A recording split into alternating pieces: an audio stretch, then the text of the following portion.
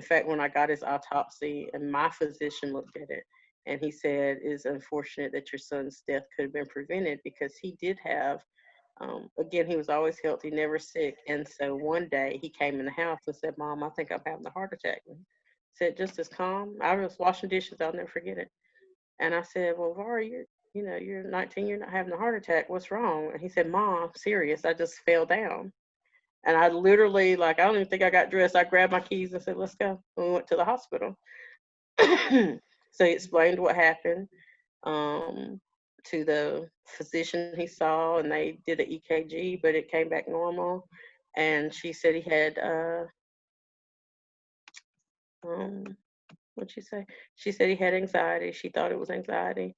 She asked him multiple times about drugs because I got mad because I felt like that was some little underlying racism. And I said, ma'am, even if he has, I don't know if he's ever smoked weed before, but he didn't do it while his mama was home. So this kid is home with his mother. Who do you think that we are? Like, that you keep asking him about drugs. And asking once I thought was probably procedure, but she went back and asked more than once, and I got mad, and I thought, we need to figure out, he's not doing drugs, so what's going on with his chest? Why is his chest hurt? I was real nasty, actually. And but I find that a lot. Even when Damani collapsed, that was the first thing they were asking was about drugs. And I feel like they go to drugs so quickly, they're missing things that, like maybe if she would have taken his heart more seriously, maybe it's something. She did not there for very long at all. I've been in the ER where I've been there forever. And I remember I almost still went to work that night. We got back so quick, and that was at night. And I remember saying, Var, you want me to stay home? And he said, yes, ma'am. And I said, yeah, I'm not coming.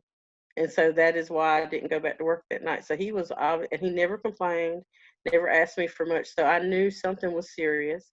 And this was a couple of years before he passed. Yep, 2 years before, about a year and a half before. And so when my doctor looked at his autopsy, he said his left ventricle was double the size it was supposed to have been. And he said that does not happen overnight. So unfortunately, when your son collapsed that day, he didn't use the words collapse. He said, I fell down, but he described the incident to her.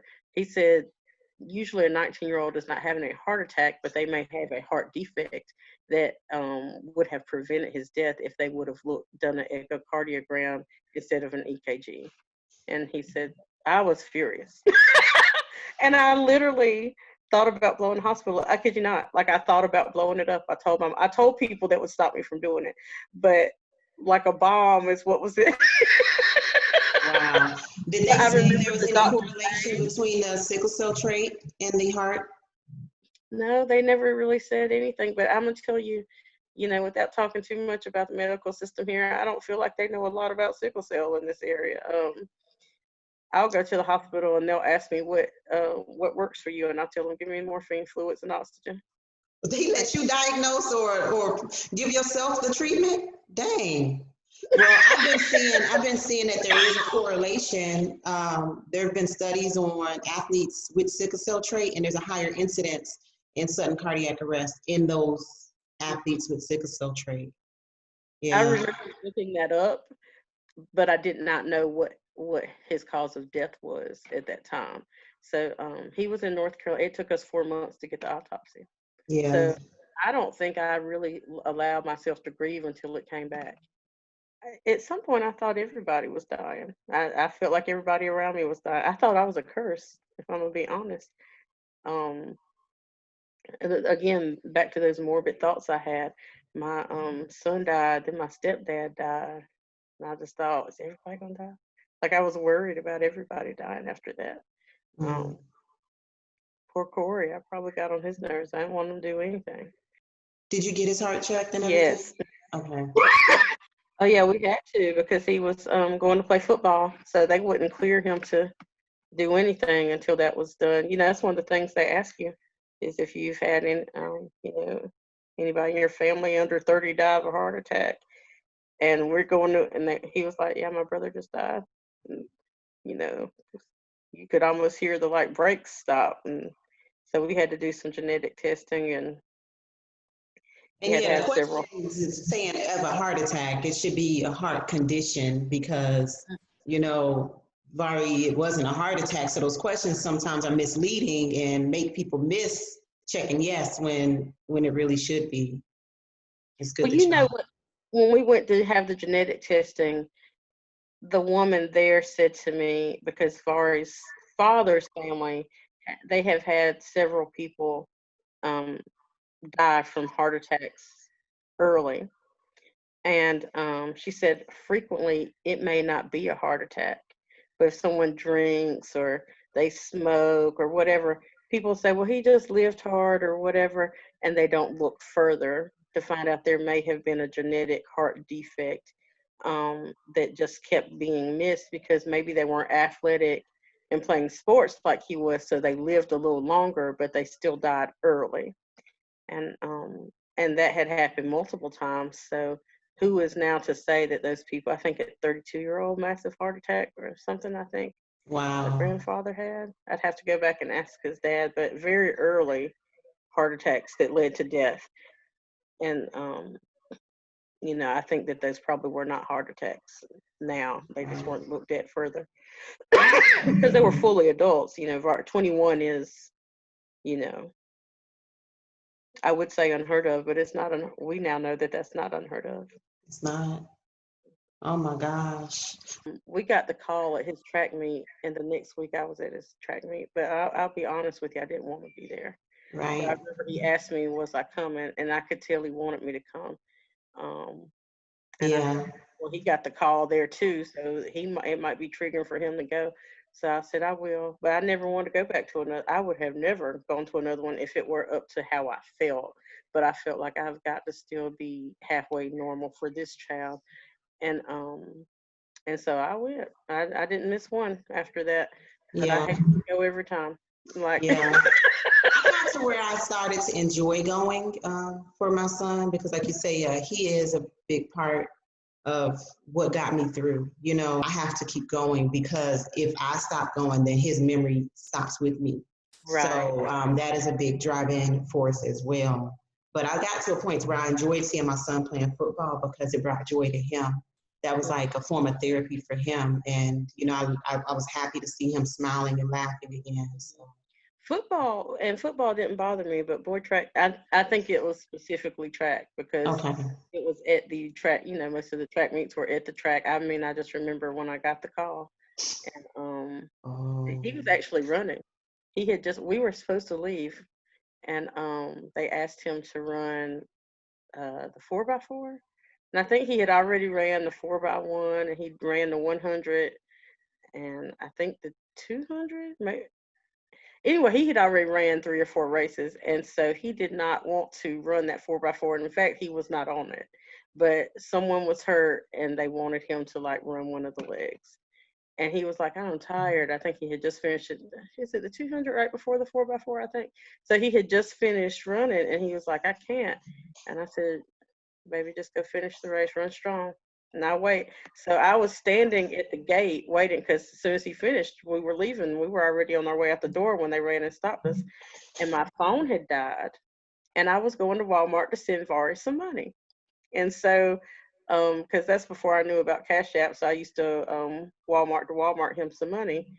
And so, I couldn't text him and say, hey, it's a little later than I thought it was going to be. So Corey took off. He was running. He was not at the 300, and one of the kids beside me got a call. I guess somebody was looking for Ja'Cory because nobody could get in touch with me because my phone had died about 20 minutes before. And she said, well, his mom's right here. And she handed me the phone, and it was actually Vari's best friend's mother. He had a best friend named Cameron and Darius. He was with Darius, and it was Cameron's mother. And she said, Keisha, something's wrong with Vari. And I remember watching Corey run the curve in that moment. And I said, okay. And she said he was in an ambulance and they were taking him to the hospital. I said, okay, thank you, Katie. And I handed the little girl her phone back. And right around that time, that's when Corey crossed the finish line. And I heard her say, my name. So I took the phone back. And she said, Keisha, they said that he stopped breathing. I said, okay, just as calmly. I said, okay, thanks, Katie. I gave that little girl her phone.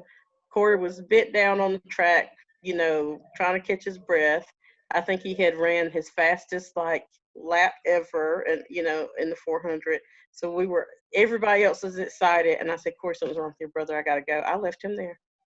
I remember he said a cuss word. I've never told him that, but I remember I had never heard him say a cuss word. And he said, "What the hell?" I heard it, but I couldn't process it that moment because I took off and ran to my car. And then I got home and plugged my phone up, grabbed my wallet, grabbed some clothes. I got on my knees and I prayed. And I said, God, just don't let anything be wrong with my child. I knew he was 7 hours away. It was, I think it was about 8. It wasn't 8 yet. It was 7 something that night. I hadn't slept very much, and I had worked third shift. I was supposed to go work that night. So I remember being slightly worried about driving that far, but I was going. I called my sister and told her, and then grabbed my phone. I could not find my wallet. I remember I was looking for it, and I was walking around in circles, and Corey walked in the door. He said, I've got cash. Let's go. So we got in the car, and by the time we got to the red light, um, that's when we heard that the doctor came in the room and told his friends, Darius, and it's a group of students, I guess, and he told them, unfortunately, his heart stopped and we weren't able to save him. And he knew I was on the phone. He said, "I'm so sorry to tell you this over the phone." I didn't see it, but I heard Corey punch the window. And I heard Darius screaming, "Don't tell me that, don't tell me that." And I could hear a room. I don't even know who was in the room because I could hear multiple people crying. And I said, "That's okay, thank you." Like just as calm as like nothing had happened.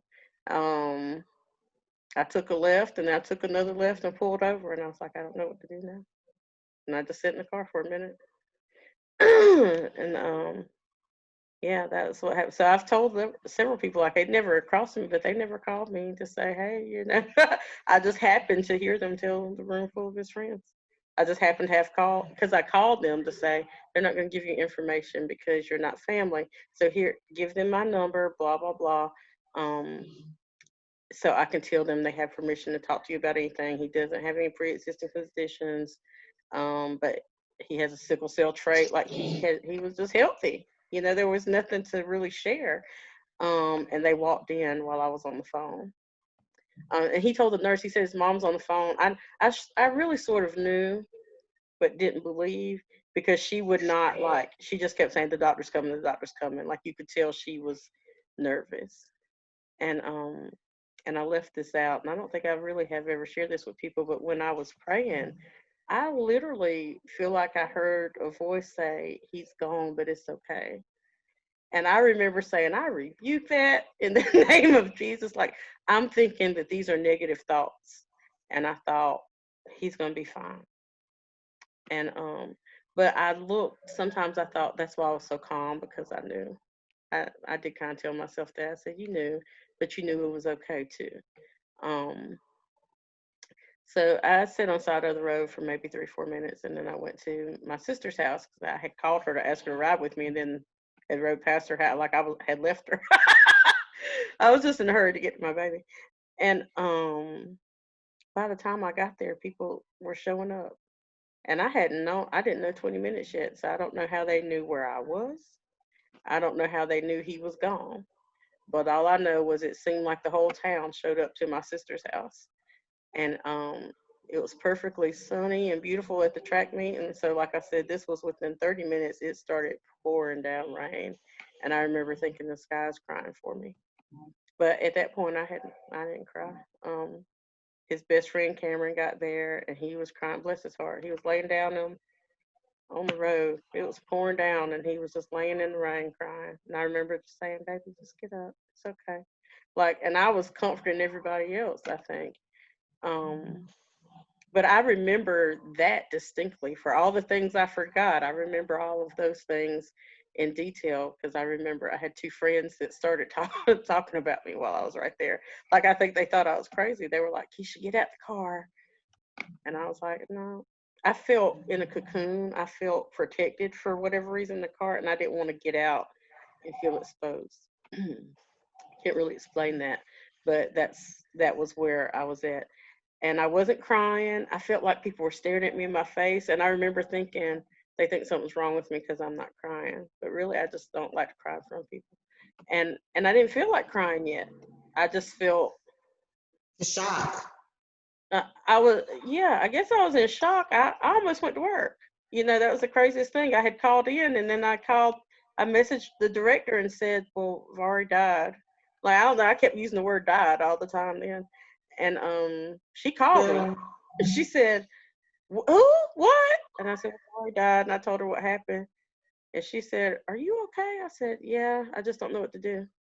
Like, and because really I was trying to process, how do I get him back here because he's so far away. But because I didn't know that, I just felt like I was stuck still until somebody told me what to do with that. And so I called his dad, his grandma, and I was just like the most put together person there. Like, I didn't shed a tear. And in fact, I got aggravated because I heard them saying she's in shock. We got to get her out the car. And I looked at them and said, I'm fine. I just want to sit here. And they like literally tried to pick my leg up and get me out the car. So I got out just so they'd leave me alone.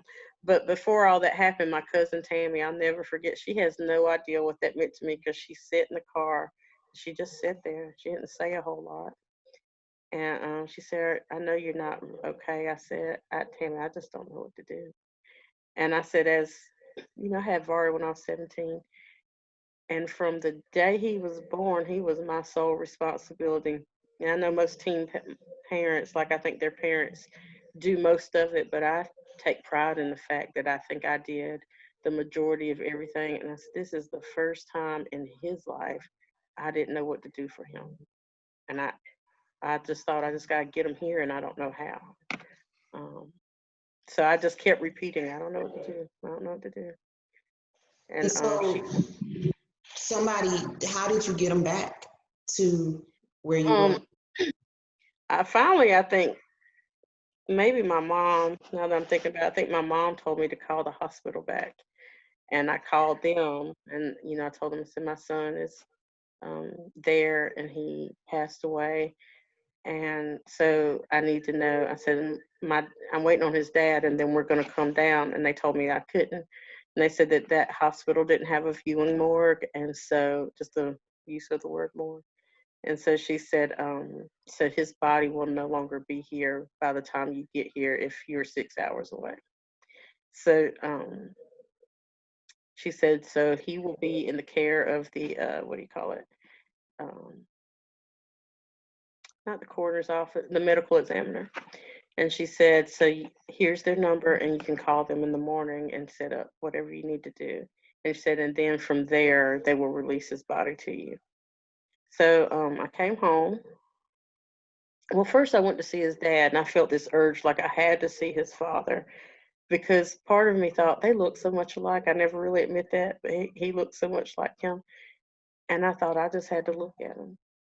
And I did. I just had to go look at him. And so I went to his mother's house, and he saw me there. He was very comforting to me too. He was upset as well. And I think that's when I let myself finally be upset. Then we came home, and that's when they called me to ask me about his organs. And that's when I cried finally. They kept calling, in fact. Did you donate any of his organs? I donated his cornea, but that was all. Because I was still in that trance, like, I don't know what to do, I don't know what to do. And I remember us having a conversation when I took them to get, I thought, I remember distinctly it being him, that he felt very strongly about one way or the other, and I couldn't remember which way it was. And so I was like, I don't know, is he not in a database? And they said, no, he wasn't. And they said, but I had to make a decision soon. And Corey said, Mama, get off the phone. He said, do you have to tell them that right now? And I said, now, mind you, this is the first call that I had gotten. I had called there and overheard them say my son is deceased, but no one had called me. Wow. And the first call you get is asking for his organs. He have his organs, yeah. How insensitive. Right. And I look back at that, and that's when I I haven't really ever shared all that with people, but I think that's why I thought I was crazy, because there was thing after thing and incident after incident when he passed away that was traumatic. But I just kept pushing through because I thought I've got to get him home. So I don't want to talk too long, but so really Corey just stepped up and he said, "Get off the phone. Tell them you can't make that decision right now." And so I laid on the couch because he used to sleep on the couch a lot. And I just wanted to lay there so I could smell him. Like I just felt like, it was the closest I could be to him. And then I cried.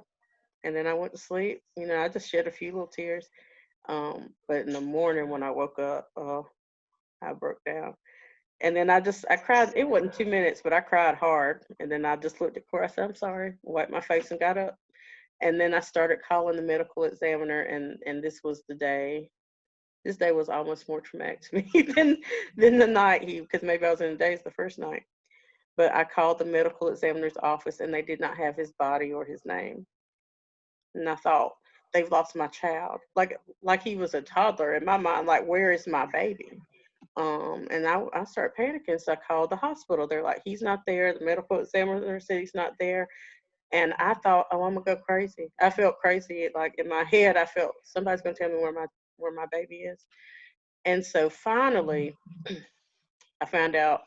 I I spoke to the right nurse at the hospital, and she said they didn't pick him up last night, but he's on his way now. I loaded his body on the truck myself, and that then came the waterworks because I thought she sounded like she's talking about luggage, and that's my baby. I'll never forget her saying, she said, "I loaded his body," and I thought, he's not luggage. And girl, I just broke down. Now that was the cry. That was the best cry I've had probably.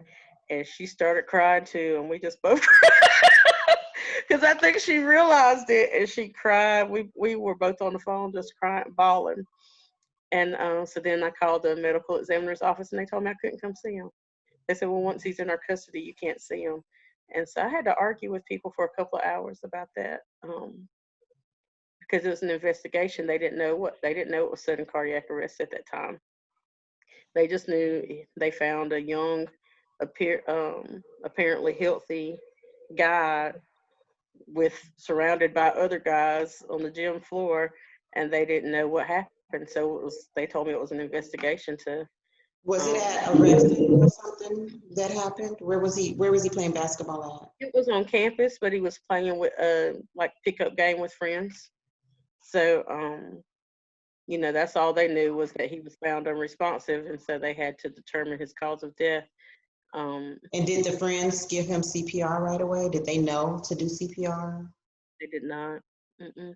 They thought it was until I got the autopsy, which was 4 months later, that I knew that he died immediately.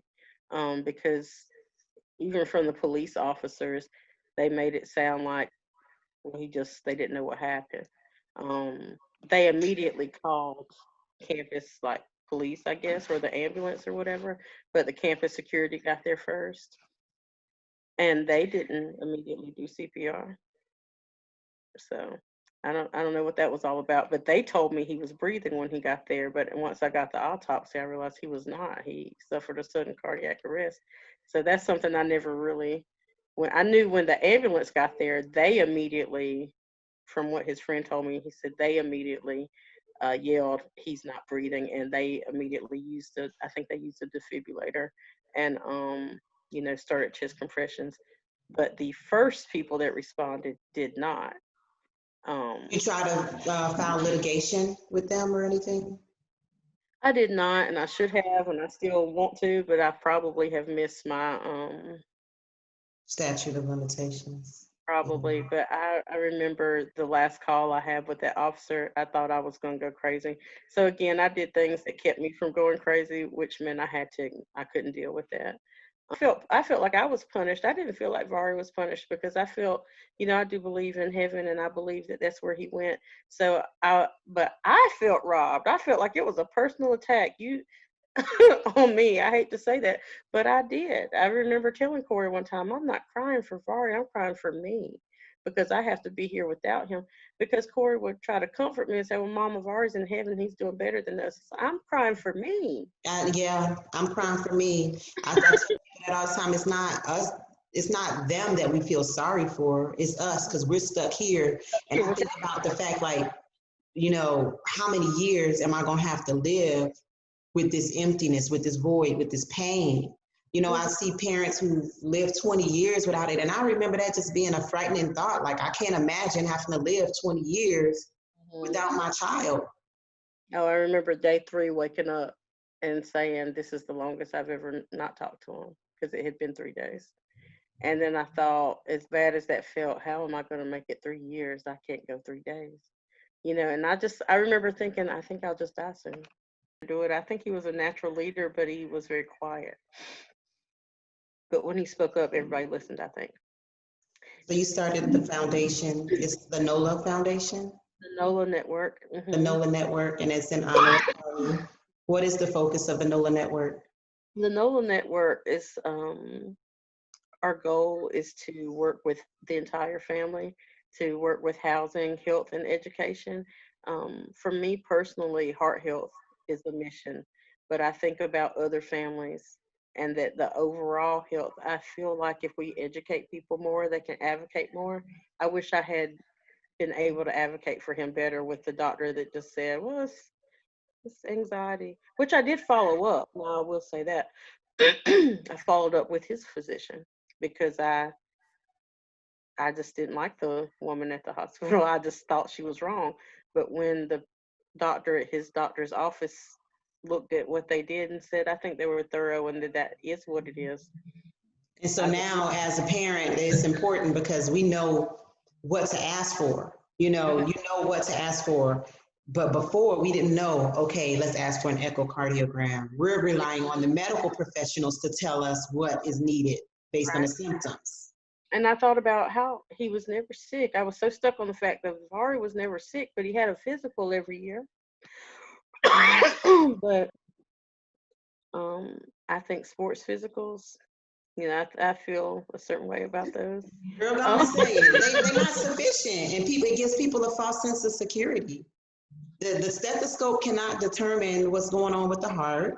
And there's other things that's missing now. I'm even looking at the physicals that's recommended by like the American Heart Association, and it talks about getting a femoral artery pulse. They've never done that on my son, taking put the stethoscope on his thigh to take his heart, to reduce heart reading. So it's things that we don't even know to ask for. Right. I think about that too, but I have not done anything with that, but I have, and I'm probably just getting to the place where I could, if I'm going to be honest, but I have very strong feelings about athletics. We were an athletic family, and I support sports. I do. And I think that was something like the great loves of my children's lives. Up until now, even Jacory still plays football like he loves it. But I don't think that, I don't know. I don't think that they do. The love is never going to be the same for the sports. No, he. I'm talking about for you. Well, no, I just don't trust the adults that supervise the children playing the sports is really where I'm at.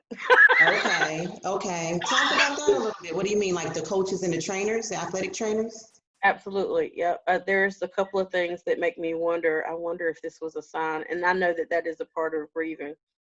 There was one time where Vari passed out at practice, but nobody told me. He told me, and I remember he was upset with me because I made him go to the doctor. And they looked at his head because, again, he was, what do you do with the football? You, I don't know what you call it, but when you like run and hit each other or whatever. Concussion? Was it a concussion? He did not have one, but that's why to the doctor to make sure that he didn't. I remember he was really upset because they'll put you out for so long just to make sure. And she did. She told him not to practice for a couple of days. But had you not taken him to the doctor, they would have let him just go back to playing the next day?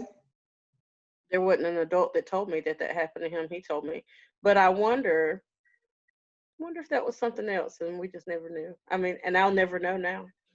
So I don't focus on it, but I think about those things. I think about his arm kept tingling and bothering him one time, and for the life of me, I cannot remember which one it was.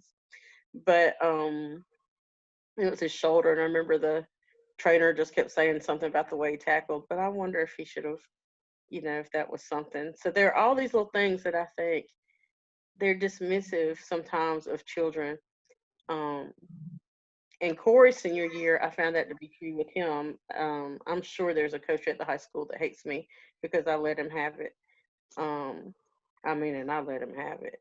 Yeah. To the doctor, and I think this is before Vari passed away. Maybe it was after, but I know it was Corey's senior year because his back kept hurting, and they just kept saying, "Well, just stretch and blah blah blah." And I thought, at this point, stretching isn't going to get it done. He's going to the doctor, and he got in trouble because I took him to the doctor. I went up there and showed out. That's something that we do need to address with athletics, because there's this kind of sense of like being weak, like stop complaining, don't be weak. And so it makes kids who might feel something not speak up about what they're feeling because they don't want their parents to overreact. Because even my son, he doesn't like the way I got him thoroughly checked out multiple times after this happened to his brother. And he had to sit out for a period of time, and he was upset that he had to sit out, and he didn't want the coaches to start, treating him differently.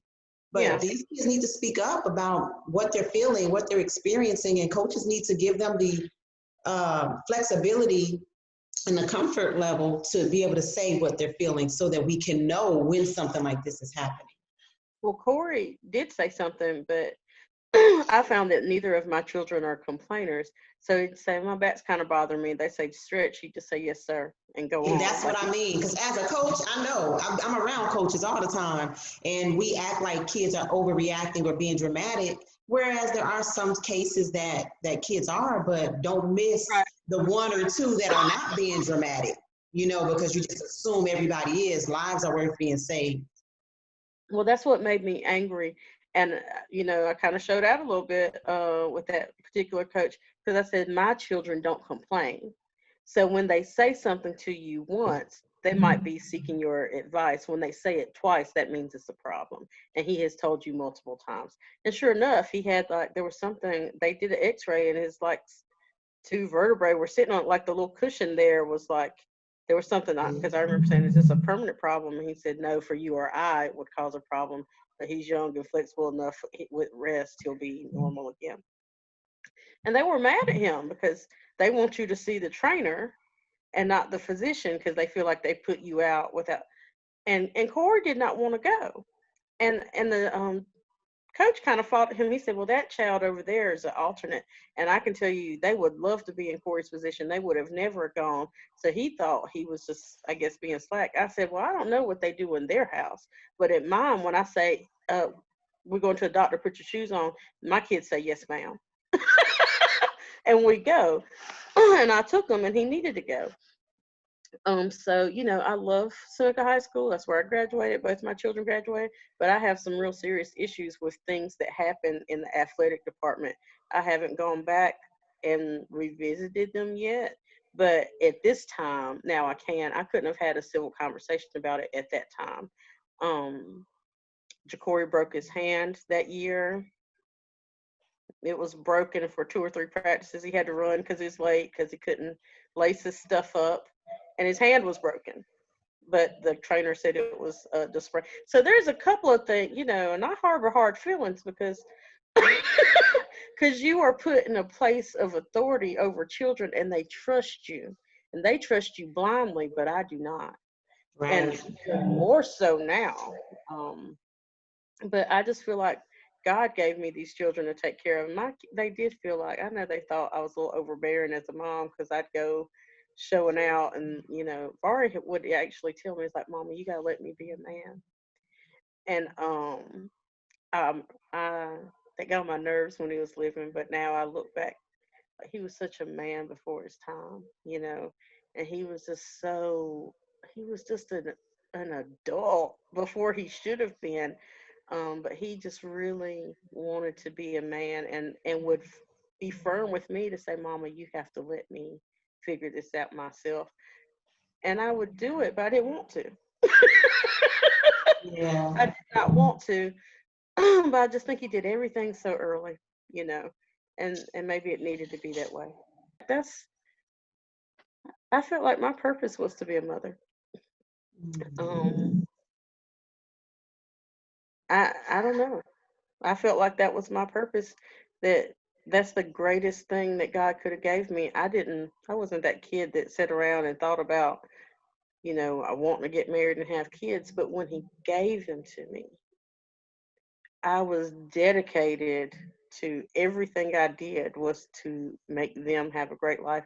Even Vari, I remember one of the things that I felt guilty about was I thought if I knew that's all the time he'd get, I would have let him have a little bit more fun because Yeah. I was strict a little bit. I mean, he had fun, I know, but I was trying to keep him safe so he could get into adulthood. Well, might would have let you act a little stupid if I knew, so you could experience the things I experienced in my mid-20s. But I was trying to, help you get there, and then you didn't make it. Yeah. Um, Something else, I was so proud that my children graduated, went to college without having children, right? Because I had them early. And my mom had me early. So I thought, we broke the cycle. And one of the first things I thought was, I wish she had a child. It's like this has to mean something. His life has to mean something, has to fulfill some greater purpose, larger than me, larger than what it would have been if he was here. So I'm still searching for that and trying to find that and trying to find peace daily, because every day is a new day, a new day that I have to find peace all over again. It's not like just because I found peace yesterday, it's still here. It's a You have process. to, Yeah. it is. That's My thought hurtful. was, what they didn't know was the last prayer I prayed on my knees praying was for my child to be okay. And that prayer wasn't answered. So I wasn't praying anymore right now. That didn't mean that I still believed in God. I loved him. I thanked him. I was mad at him for taking my son at 21, but thankful I had him 21 years because that's more than some people got. So I still loved God, but I wasn't talking to him. And so you can talk to him for me. It's kind of how I felt, but don't tell me to pray because I'm not going to do it. And that made me mad. And I thought, shut up. Why would you say that? I was raised in church. You're not giving me information I don't already have. I know I need to pray, but I'm not going to. So shut up. I'm still mad about it, if I'm going to be honest. But I'm anger still mad confuses. about it. I'm still mad about it, but you can be mad about it and surrender. I feel. Yeah, Yeah. probably so, yeah. I think that anger can fuel me, and getting mad will make me be productive sometimes. So Mm-hmm. you have to utilize what works for you. That's what Right. happened. Works for Yeah. me. um, I just had to channel that anger into, well, I'm mad that anybody else, could lose their child. So what can I do to stop that from And then happening? for this to have happened to you twice, one with your child and one with your best friend, both sudden cardiac arrests. And she's his godmother. Yeah, she is, his godmother. And um, oh man, I remember that day saying, God, not again. Like I just kept saying, don't let this happen again. But people say Um, it's so rare, right? It's so rare. I It's thought it not was my rare. kid. It's, yeah, I it's not rare. We just don't talk about it enough, just like we don't talk about grief enough, but the more we talk about these things, the more we bring it to the forefront, the more we can do something about it.